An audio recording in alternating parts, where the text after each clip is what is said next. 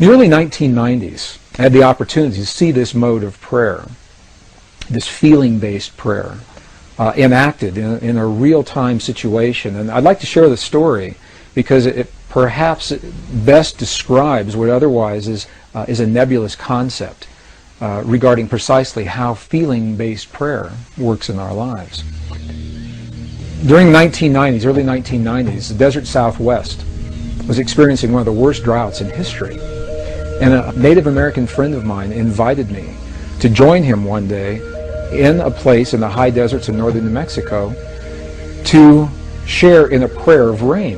He didn't have to ask me twice. I said, "You bet, I'd love to participate and see what this prayer is all about." So we met at an agreed upon location, and we hiked through several 100,000 acres of beautiful high mountain desert sage until we came to a place that was so old. Even the people today don't know who built this place. It was essentially a stone circle, and each stone was placed just as it was by the hands of the ancestors so long ago. And it was in this place that my friend began his prayer. What he did was he removed his shoes, stepped into the circle in his bare feet. He honored all of his ancestors. He simply said, "All of my ancestors, all of my ancestors." Honored the four directions. He turned his back to me, held his hand in a prayer position just a few seconds. And then he turned around and looked at me and he said, "I'm hungry. Let's go get a bite to eat." And I said, "I thought you were going to share this prayer. I thought you were going to pray for rain." And he looked at me and he said, "No." He said, "Because if we prayed for rain, rain could never happen. Because the moment you pray for something to occur, you've just acknowledged that it does not exist in that moment." And I thought about what he said. It made a lot of sense to me. If I say, "Dear God, please let there be peace in the world," what I'm saying in that moment is that peace isn't there. And I may inadvertently be empowering the very condition that I would like to change. And the same with a healing in my body or the body of my loved ones.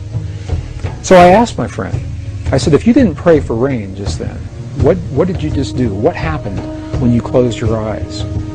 And you turned your back to me just for those few moments." And what he said was this. He said, "When I closed my eyes, I began to feel the feeling of what it feels like to have rain in our Pueblo village."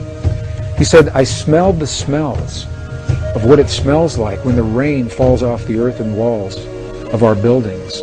And I felt the feeling of what it feels like with my naked feet in the mud. There's so much mud because there's been so much rain." And he said, "In that way, I opened the door to the possibility to bring rain into our world." Well, I think about this mode of prayer a lot. Later that afternoon, something amazing happened. I was watching the weather maps, and the drought that had happened for so long suddenly changed. We saw the high-pressure system move across Utah and then dip down from Colorado into northern New Mexico and make a little U-turn and come right back up. We had rain that night, and we had rain all the next day. It rained and rained, and I called my friend. And I asked him, I said, "There's so much rain, the valleys are flooding, the roads are flooding. What in the world is going on?" And he was quiet just for a moment, and he said, "That's the part of the prayer." He said, "I never quite figured out."